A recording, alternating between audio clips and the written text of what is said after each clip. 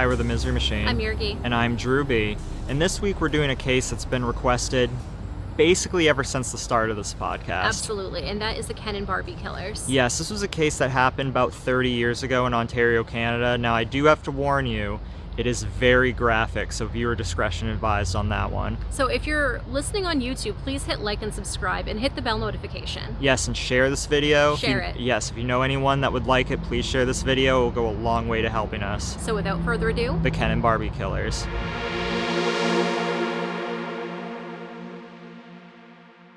So before we start this, I just want to say that, contrary to popular belief, very few videos of ours are monetized. And while we do our best to withhold some graphic details to appease YouTube, to allow for monetization, they still don't monetize us. So for this episode, we're not holding back on those details. So this is about Paul Bernardo and Karla Homolka. They were a seemingly unlikely pair of Canadian killers. They were dubbed in the media as the Barbie and Ken killers for their good looks. And if you look at a picture of these two, you could theorize that these two were models. Yeah, they're very 90s, late 80s pretty. Yes, very much so. You'd think you would see them on like Saved by the Bell or something like that. Yeah, I agree. So the young couple induced fear throughout southern Ontario in the 1990s with a string of sex attacks and killings before they were arrested. Before Bernardo was put behind bars for multiple murders, tortures, and rapes, which we will get into, he was a salesman for Amway and later a junior accountant that lured his victims using pickup lines and pitches that he learned in his day job. He studied how to entice women like he studied how to do well in business. So he was a creepy MLM guy. Yes, he was at first. There's a lot of different accounts on what he did for work and what type of person he was, but the one thing that seems to be clear across the board is that he had these delusions of grandeur. And I think somebody that committed the acts that he did,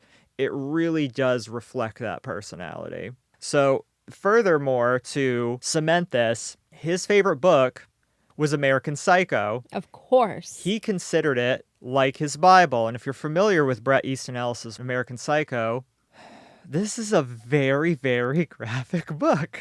So he really thinks he's Patrick Bateman. Yes, and if anyone's seen the movie, I will assure you the book is 10 times more disgusting. It's bad. It's really bad. And this dude loved this book. So just keep that in mind, this fictitious character whom Paul Bernardo is modeling himself afterwards. Keep that in mind. I will say Patrick Bateman did have a really great morning routine, though. He did. So Paul Bernardo was born on August 27th of 1964 in Ontario, Canada, to Kenneth and Marilyn Bernardo. The Bernardos were a financially well-off, according to friends, stable and middle-class family. But as with everything else in the story of Paul Bernardo, this deceptively normal exterior masked a dark truth. So in 1975, Kenneth Bernardo, who was his father, was charged with child molestation, and there were rumors that he even molested his own daughter. But not Paul himself. But not Paul. So Paul did not seem to be unduly infected by this dark turn of events in his childhood. Observers recall him being always happy, a young boy who smiled a lot. Almost as if he was just oblivious to the whole thing. Yeah. But it wasn't until he was 16 where he became affected, but it's not for anything his father necessarily did. His mother revealed to him that his being was the result of an extramarital affair. Bernardo's father was not actually his father. When this was revealed to him, his behavior completely changed. He began to refer to his own mother as a slut and a whore, and when he went off to study at the University of Toronto, he became a very adept pickup artist. And he would pick these women up at bars only to later humiliate them and physically assault them. Now, he was good-looking and charming, which is an unfortunate combination for somebody like this. But before long, the impulses would get far, far darker. Starting in May of 1987, the suburb of Scarborough in Ontario was plagued with a series of horrific crimes. Scarborough seems pretty popular with true crime stuff. Wasn't Luca, who we're going to talk about later, also have ties to Scarborough? I believe he might have been there originally and then moved to Montreal. So Yeah. What I know about Scarborough, it's a poor working class neighborhood. I've read accounts that some people consider it very crime-ridden, but I don't know that personally. Yeah, I don't know anything about that area, unfortunately. I know Toronto rappers really like to rep Scarborough if they're acting like they're hard or something like that. Again, this is just what I've digested. I have no physical experience. I've been to Canada, just not to Ontario. So, Ontario folks, let us know in the Yes, comment please let us section. know in the comments. Learn us on Ontario and Scarborough, please. Because once they open up that border, I would love to come visit. Yes, absolutely. But I'm going to Montreal first. Yes. So in the early hours of the morning of May 4th of 1987, a young woman was getting off the bus and was grabbed and brutally raped near her parents' home. Over the next few weeks, there would be 2 more similar assaults. All of these women were between the ages of 15 to 21, and the attacks all included beatings, intense verbal abuse, dire threats to discourage the victims from going to the police, humiliation. Basically, everything that was going on led the police to realize that this was a serial rapist, and they then dubbed him the Scarborough Rapist. From what I understand, the women that were targeted, it was women between the heights of 5'1" and 5'6". They were all very much younger, as Yergy said, 15 to 21, and they were all very petite of stature. And yet it still took them a long time to even figure out that this was all the same person, much longer than it should have. So this was a near 5-year rampage under the Scarborough Rapist moniker. In total, he had raped or attempted to rape at least 19 young women, and this is the only official account. If you're familiar with how often sexual assault goes unreported, you can only imagine just how many women and young girls did not tell anybody. And we'll never know. Quite often these were grabbed around bus stops and not far from where Bernardo lived either, from my understanding. Right. Though at least one 15-year-old was actually attacked in her own bedroom. As attacks grew increasingly violent, a police task force was established as a priority, as definitely it should be. Should have been, yeah. So plainclothes detectives began to stake out the bus stations, and in May of 1988, an officer spotted a suspect matching the attacker's description just hanging out under a tree. And the suspect escaped on foot, but was later identified as a one Paul Bernardo. There's this police sketch of the Scarborough Rapist that I found, and oh my god, does it look like Bernardo. Yeah, it does. And I couldn't really find out like who exactly this came from, or if it came from multiple sources. Not so sure, but the sketch looks so much like Bernardo.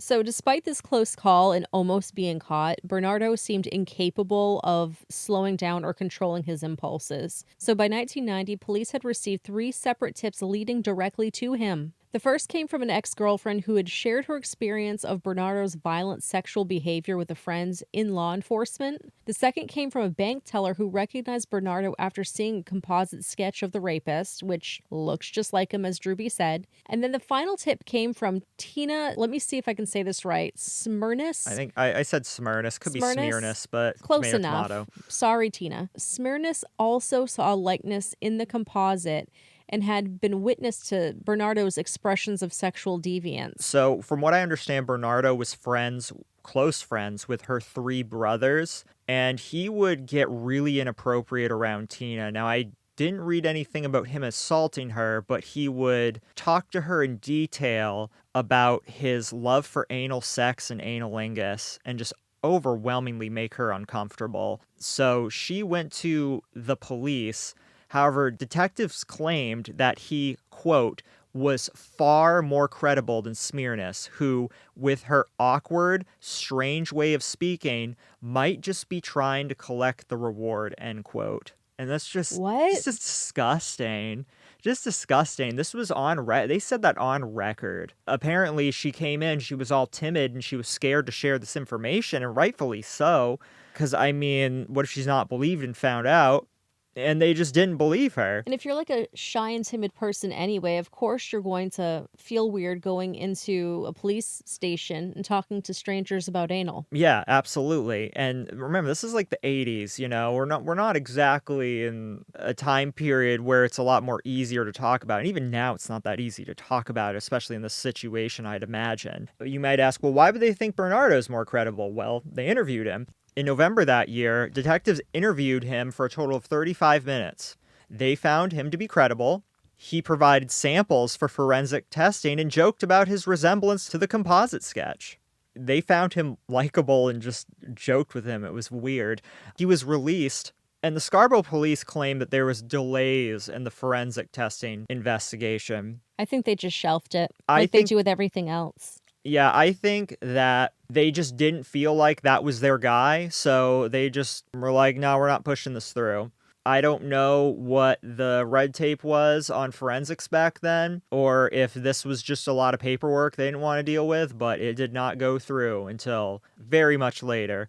Grossly later, to the point where, you'll soon see people died. Yeah, this alone could have saved lives. This could have saved lives and saved so many people from being destroyed by this evil person. And just keep this in mind when we go to this next part. Oh my God, like this could have saved so many people. So Paul Bernardo had met Karla Homolka in 1987 when he was 23 and she was 17.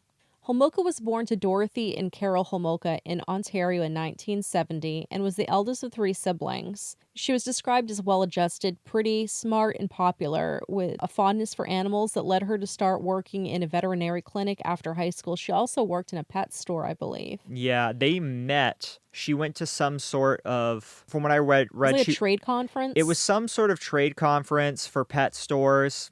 Her and Bernardo stayed at the same hotel, and they met at the hotel restaurant and hit it off immediately. That's what I've read. But again, accounts differ with this. So, like Bernardo, there was nothing in Homolka's outward appearance that hinted just at her depravity lurking beneath the surface. You would think this was just a normal person, but they had an immediate attraction, one that only intensified when Bernardo discovered that, unlike the other girls he dated, Homolka shared almost all the same sick fantasies that he had. So they quickly began a sadomasochistic relationship in which Bernardo acted as an abusive master and Homolka as a willing slave. And, this is fine and all if, you're 2 consensual adults. Don't think I'm speaking poorly about BDSM relationships. However, the entire time they're dating, Paul Bernardo was still brutally raping girls in Scarborough with Homolka's knowledge and approval. Her approval.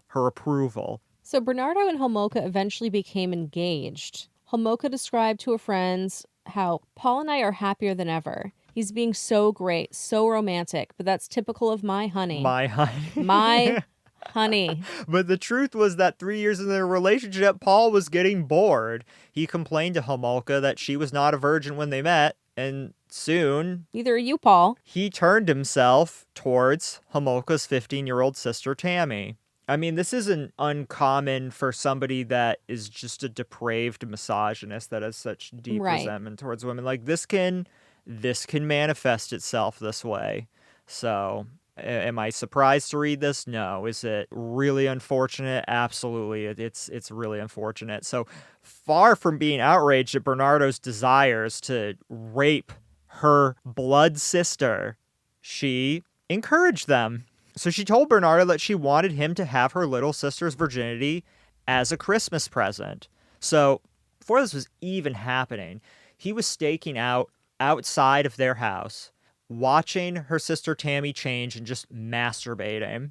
And Homolka knew all this, and was totally fine with this. And it gets worse. So on December 23rd, 1990, while at a Christmas party at the Homolka family home, Homolka spiked her own sister's drinks with the sedative triazolam, which you may know under the brand name Halcyon. That night, while the rest of the family was asleep and Tammy was unconscious, Homolka held a halothane-soaked cloth over her sister's mouth and took turns raping her with her fiancé, raped her own sister, and videotaped it. Now, halothane, you might wonder, what is this? Well, it's banned in the U.S., so I couldn't find a ton of info on it, but from what I understand, it is used in Canada primarily for veterinarian anesthesia. That's all I can really tell you about it, but it's banned here because you can pretty easily poison and kill somebody with it. So when Tammy began choking up vomit, the couple panicked and tried to hide the evidence before calling for an ambulance. The teenager never regained consciousness and was pronounced dead at the hospital, and she had a mysterious chemical burn on her face. They claimed, when questioned by police at first, it was a rug burn from when they were trying to resuscitate her. Yeah, it was from the halothane-soaked cloth over her face. Yeah, they just pressing that again. There's so much on the cloth. You press against her face. I guess halothane is pretty caustic. So having that direct exposure to your skin, it can cause chemical burns. Sick of the boring ghost stories from big-name creators? Well, you're in luck. It's scary time. Lock your doors, check under the bed, turn on a nightlight because it's time for the scariest stories, history, and conversations ever heard. Each week, an independent creator tells you about the paranormal, ghosts, monsters, hauntings, and more. Best of all, if you like the creator, you can follow them for more great content. What do you listen to between episodes of The Misery Machine? How about a scary episode from another indie creator? With Scary Time, it's spooky season all year round. Check out Scary Time via the link in our show notes. If you dare.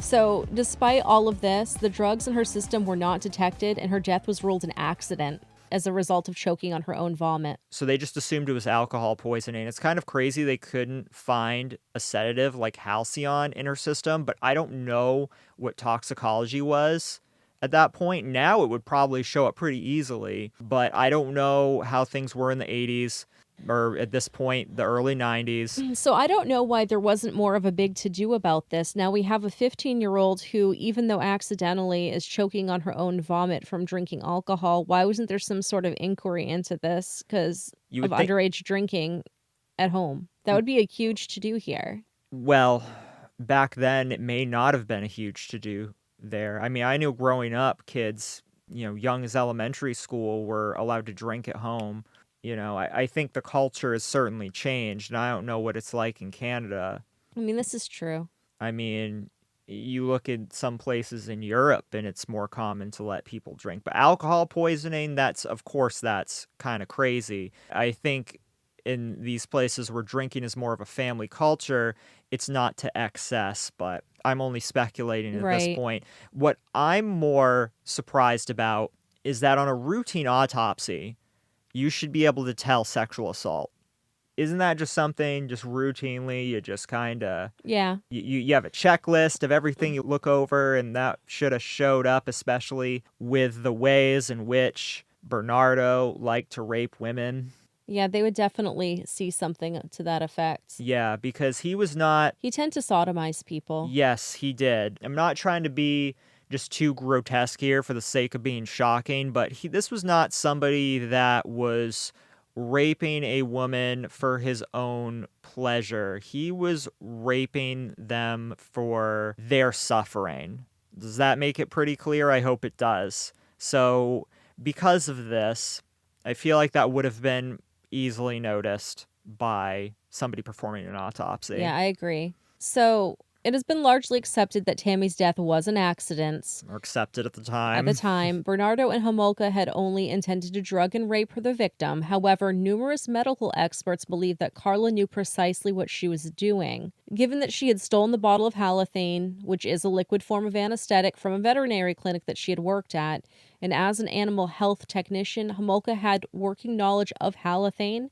She was aware that the anesthetic should be administered through a vaporizer and that the animals under the drug should be breathing through a breathing tube. So if she knows all of that information, she should have known that it could cause the death of her sister. Right. So that's why some people theorize that this wasn't simply just a motive to rape. It was a motive to murder her sister. It's either that or Karla's just really stupid. I could find arguments throughout this that she's just really stupid, but I digress. Stupid or not, she is definitely very depraved. And when we get into her sentencing later, I have some issues with this one. Of course. So During testimony, she admitted she had done her research before drugging Tammy, and she ultimately chose to use Halcyon because when she was studying it, she discovered that death was not listed as an outcome in the case of Halcyon overdose. However, my research says this is not true. I have read, and again, it's been 30 years since this has happened, so maybe some things have changed. But what I've read is that it is possible to die from an overdose of Halcyon, especially when mixed with alcohol. However, she didn't really give much testimony about the use of halothane, nor her studies of it, from what I found anyway. The initial autopsy of Tammy Homolka concluded that she had died of natural causes. Is alcohol poisoning a natural cause? I don't consider that a natural cause. That's poisoning. What a weird thing to label that as. What an offensive thing to label that as. So the burn across her cheek, it was identified as a chemical burn after the autopsy because no facial hair had been singed. I guess that's something that happens if you're chemical burned. Your facial hair doesn't singed. I didn't know this. Well, okay, if we're talking about a burn in general, like a burn, your facial hair or hairs are going to be singed. If you have like a burn that's causing blistering or irritation and there are no facial hair singed, then yes, that would indicate a chemical burn. Okay, I didn't know if it would ruin the hair. I think that's what they mean. I just didn't know if it would ruin the hair follicle. That was my initial assumption. This is not my area of expertise, so I'm just saying what. Yeah, I think they're just talking about the actual like singed char of hair when you already get a fire burn. I see what you mean, yeah. So they concluded it was a result of gastric juices due to vomiting, which, again, this is not something I hear of when people die of alcohol poisoning. So shortly after Bernardo and Homolka were arrested, Tammy's body was exhumed. A second autopsy concluded that this was not the case, this natural cause claim. It also found that smothering could not be ruled out as a cause of death.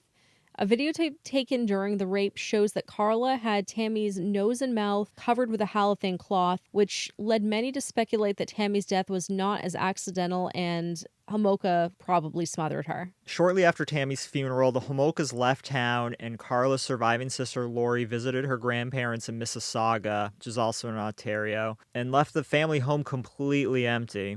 During the weekend of January 12th, 1991, Bernardo abducted a girl, took her to the house, raped her while Homolka watched, and dropped her off on a deserted road near Lake Gibson. Bernardo and Homolka called her January Girl. At about 5:30 a.m. on April 6 of 1991, Bernardo abducted a 14-year-old girl who was warming up as a coxswain for a local rowing team. The girl was distracted by a blonde woman who had waved at her from her car, enabling Bernardo to drag her into the shrubbery near the rowing club. I'm assuming blonde woman, Karla. He sexually assaulted her and forced her to remove her clothes and wait 5 minutes, during which time he disappeared. Is a coxswain one of those people that shouts at the rowers? I don't know. McManus could tell us. She's one of those, I believe. Okay. She has like I think a coxswain shirt. Oh, really? Yeah, I've heard that term, but I don't understand rowing. I've never rowed. Me neither. She does. She does it right on Lake Auburn. Oh, really? In this big boat, yeah. Oh, wow. I didn't know that we had any rowing around here. Oh, yeah. So despite their upcoming marriage, Bernardo and Homolka had begun to drift apart. On a trip to Florida, Bernardo had fallen for a nurse by the name of Allison Worthington, a self-proclaimed lover of anal sex, by Bernardo's admission. She appealed to Bernardo's sexual sadism in ways that Karla could not. I couldn't really find out exactly what that meant.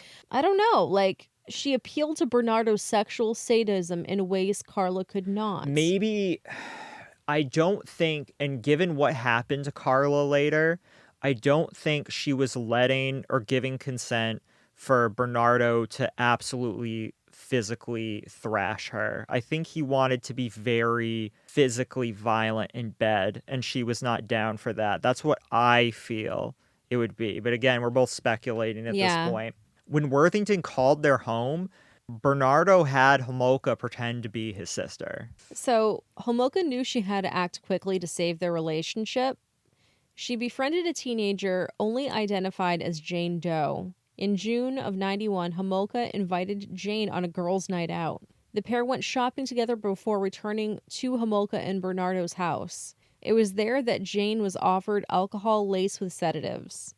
Shortly after Jane lost consciousness, Homolka called Bernardo home with a promise of a surprise wedding present. Delighted with the surprise, Bernardo filmed the pair raping the unconscious teenager. Jane Doe remained unaware of the assault. She became a close friend of the couple, even accompanying them on a trip to Toronto. On one occasion, Jane was invited back to Homolka and Bernardo's place. She was once more drugged. And surprise, surprise, halcyon and halothane were used in this as well. In a chilling echo of Tammy's death, Jane began to choke. Homolka dialed 911 as Bernardo successfully revived Jane. The ambulance was canceled, and the call was never followed up on. I did not know that as a thing. Yeah, it was a thing. Not only that, Homolka met Jane Doe when she was working with her at the pet store. So this is like someone she saw probably day to day. Homolka's twisted gift rekindled the relationship. Paul cut ties with Worthington and married Karla later in 1991.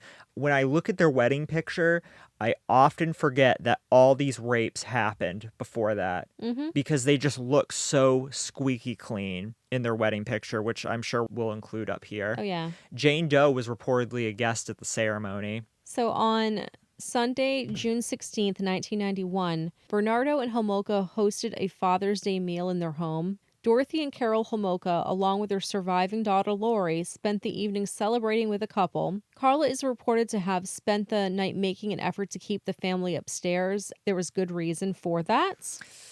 Yes, the body of 14-year-old Leslie Mahaffy, I hope I said that correct, was lying just meters below in the basement, having been moved from the bedroom shortly before the Homolka family arrived. Later that night, Bernardo dismembered the body of the teenager with a circular saw. So what happened here? Well, early in the morning on June 15th, 1991, Bernardo detoured through Burlington to steal license plates. He was doing this as he was making money smuggling cigarettes across the border. From what I understand, he did not have a job at this time. He lost his job as a junior accountant. So he's making a lot of money smuggling cigarettes. He would do so with fake license plates. So while he was doing this, he found Leslie. Unfortunately, this 14-year-old girl had missed her curfew after attending a friend's wake, and so her parents locked her out of her house. Parents, at least when I grew up, said this stuff to their kids. It's so abusive and screwed up. If you're Don't not home, do that. you can't come home. You can't come home. If you don't come home at the right time, you ain't allowed back in, that stuff. That crap. I'm sure her parents, if they have any shred of humanity, feel bad for this.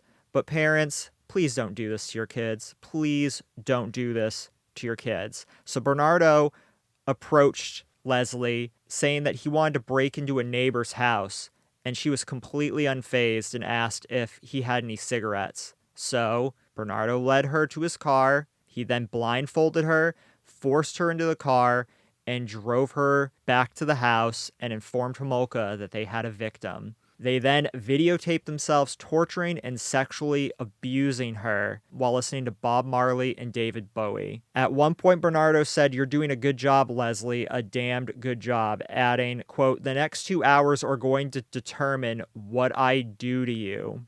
Right now, you're scoring perfect," end quote. On another segment of the tape played at Bernardo's trial, the assault escalated.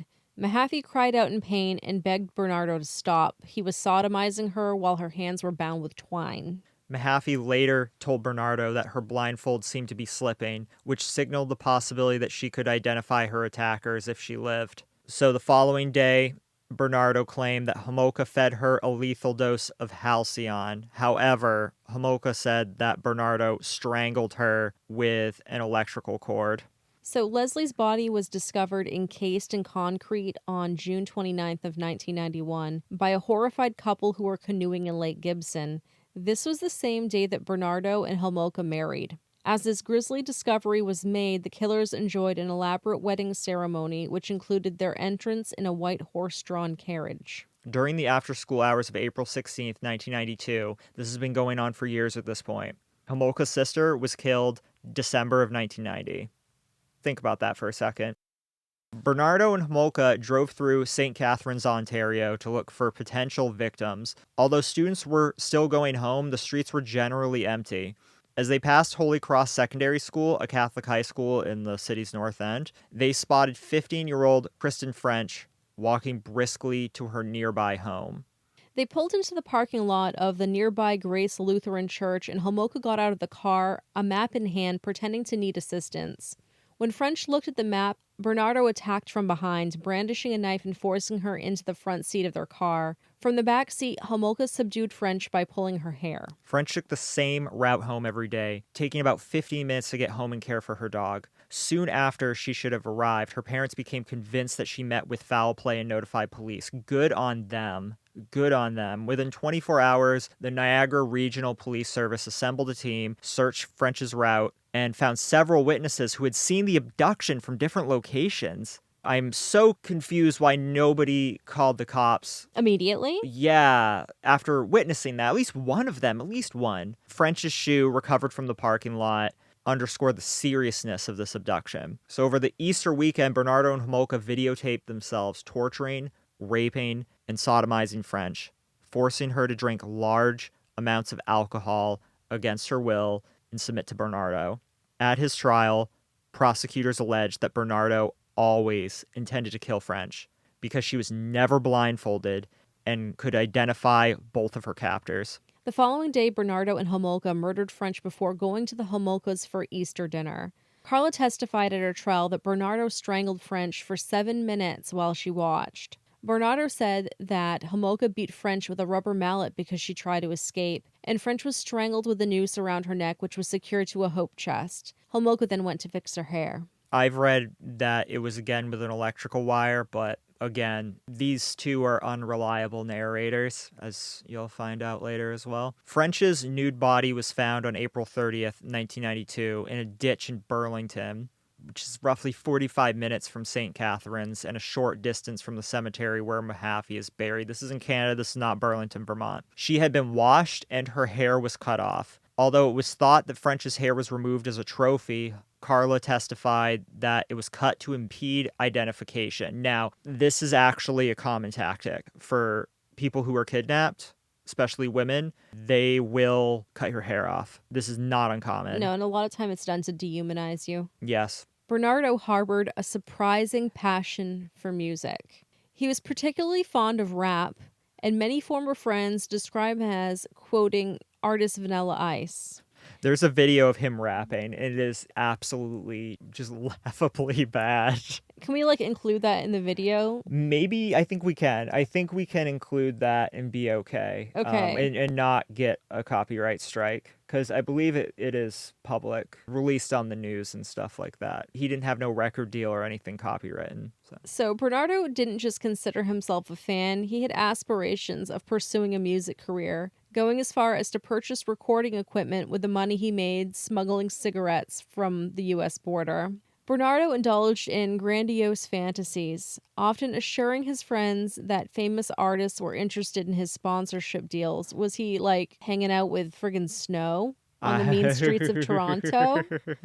What the hell? I don't know. This was just so weird. And I'm just gonna say right now, this is really stupid, and I'm going to make fun of Bernardo. I don't care if people think it's not nice to make a joke. You guys are making jokes. No, this is laughable. Let's make fun of perpetrators. Okay? Make fun of perpetrators. It's okay. Because he's just ridiculous and a monster. His lyrics were a disturbing insight into his crime, spurned on by Homolka. She often bragged to friends about Bernardo's upcoming albums.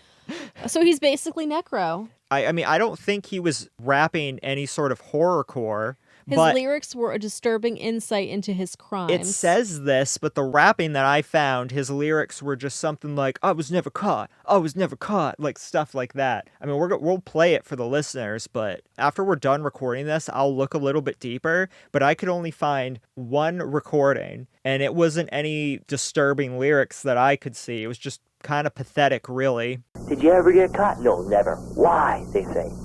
I'm a deadly innocent guy. You ever get caught?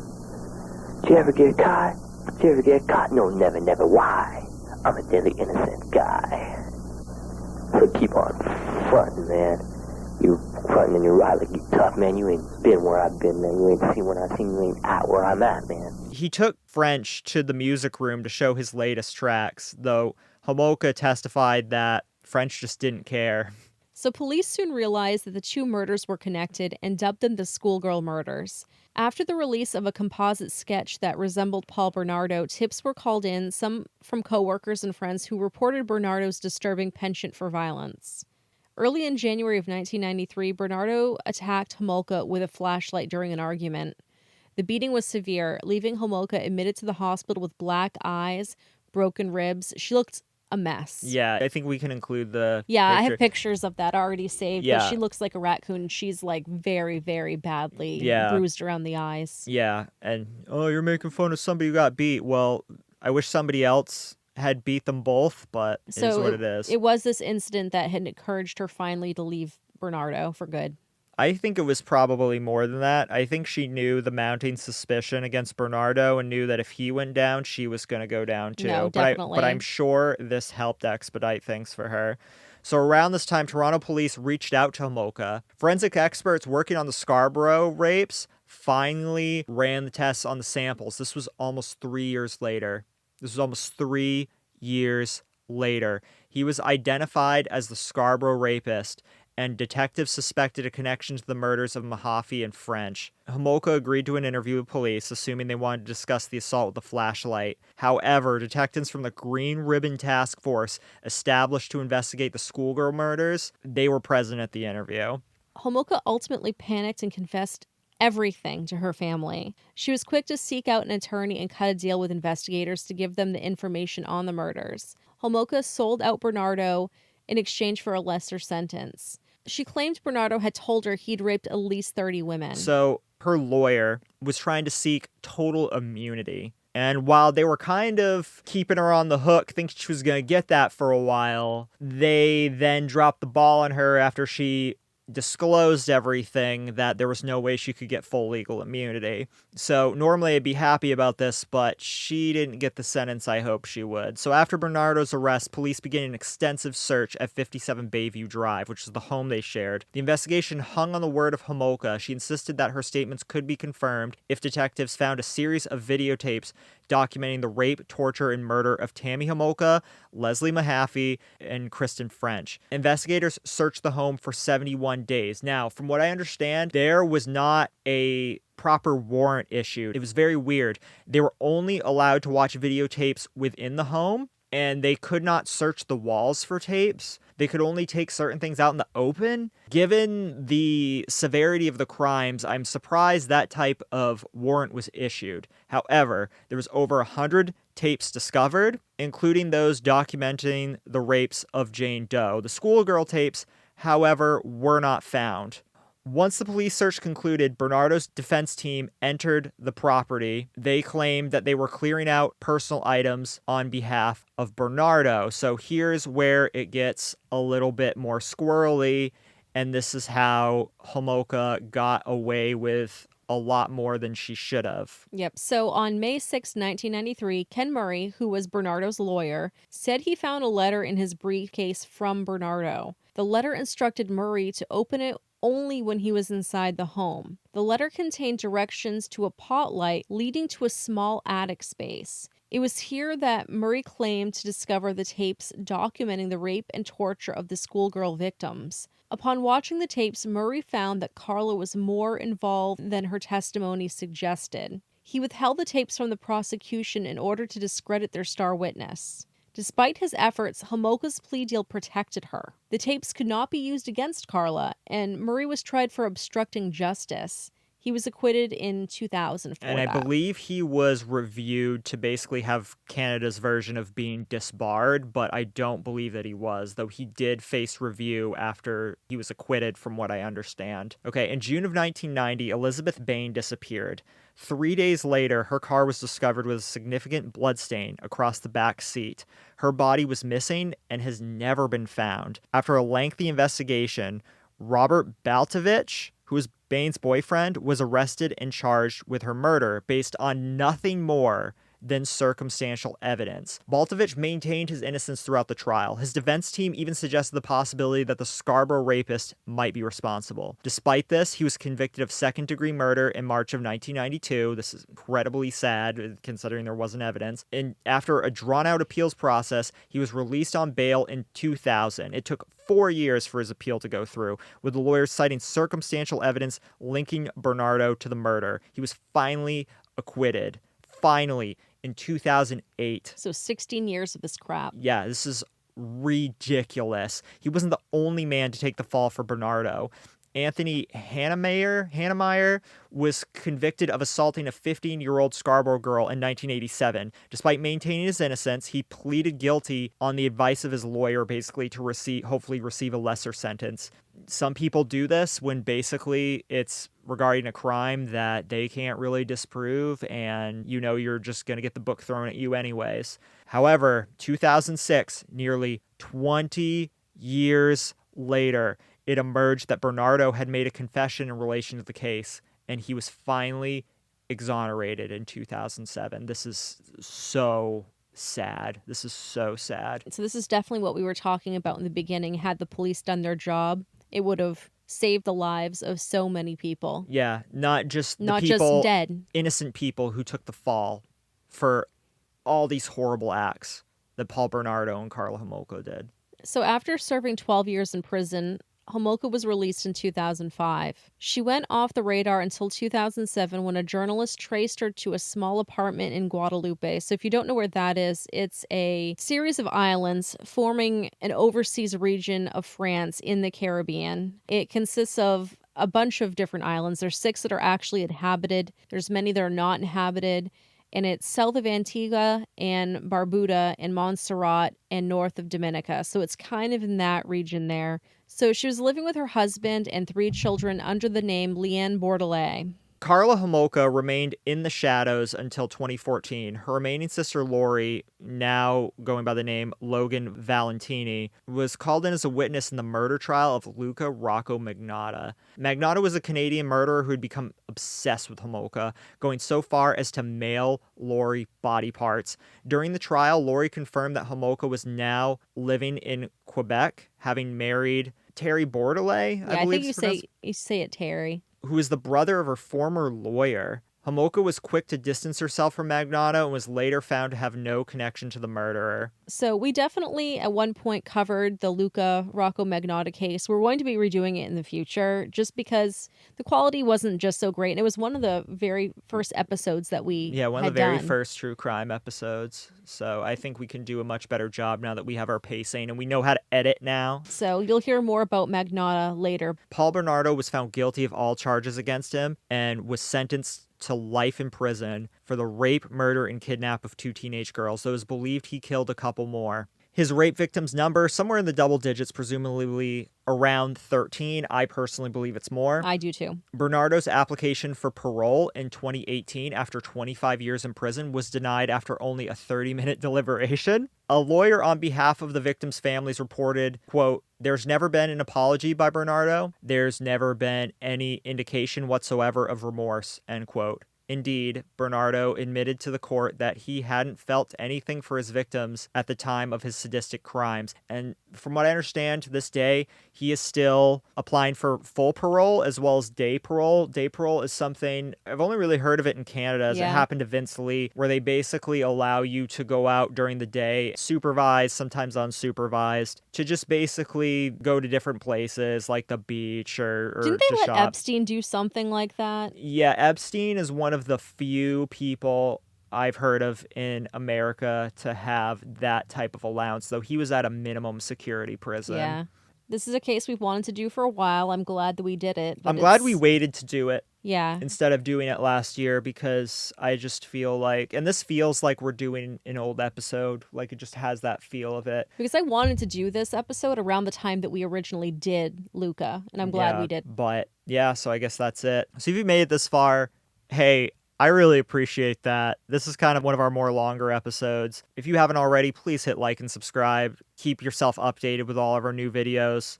We're not stopping anytime soon. We have been releasing content consistently, at least one new episode a week for the past year and a half now. I don't want you to miss any of that. So please like and subscribe. Hit the bell notification. It will ensure that you don't miss any of our videos. And please share this video with someone that you think would like it. Also, this is something Yergy was talking about with me off air earlier. We want to do more missing persons. With the Kimberly Moreau, Brittany Olmstead video, I like that we were able to use our platform to raise awareness for these types of things, but I can't help but wonder what we could have done with a larger platform. And as we're getting bigger, I really want to do more missing persons. So if you have any unsolved cases from your area, or you know any from some local area that's not getting enough attention, maybe there's a Facebook group or something you can point us to, we would like to start doing more of these cases eventually. So if you can shoot any of those our way, miserymachinepodcast@gmail.com. If you're listening on YouTube, you can leave a comment. We would definitely appreciate it. Yeah, and I definitely want to thank our patrons who have stood by us for so long Yes, here. for a very long time. I cannot thank y'all enough. So thank you, Eddie and Rowan, Marky, Holly, Ashley, Vu, Anna, Serena, Chloe, Mark, and Tara. Yes, thank you. We love you guys so much. We And love you. if you too want to support us on Patreon, it's where we release Patreon-only content, patreon.com/themiserymachine, and also stickers. So we definitely still have stickers. They're $1. Just go ahead and send your details and $1 over to our PayPal address. PayPal.me/themiserymachine. We'll get them out to you same day. I have stamps on hand, international stamps on hand. We can get them anywhere. We have sent a few international. Yeah, we can get them anywhere right now. So And any tier on our Patreon, if you sign up for our Patreon, any tier will get you a free sticker. So that's another way you can get a sticker. yeah, definitely. And if you get one, please send us a picture. We will put it up on our Instagram and shout you out, or your business, you name it. So until next week, We love you. we love you. Bye. Goodbye.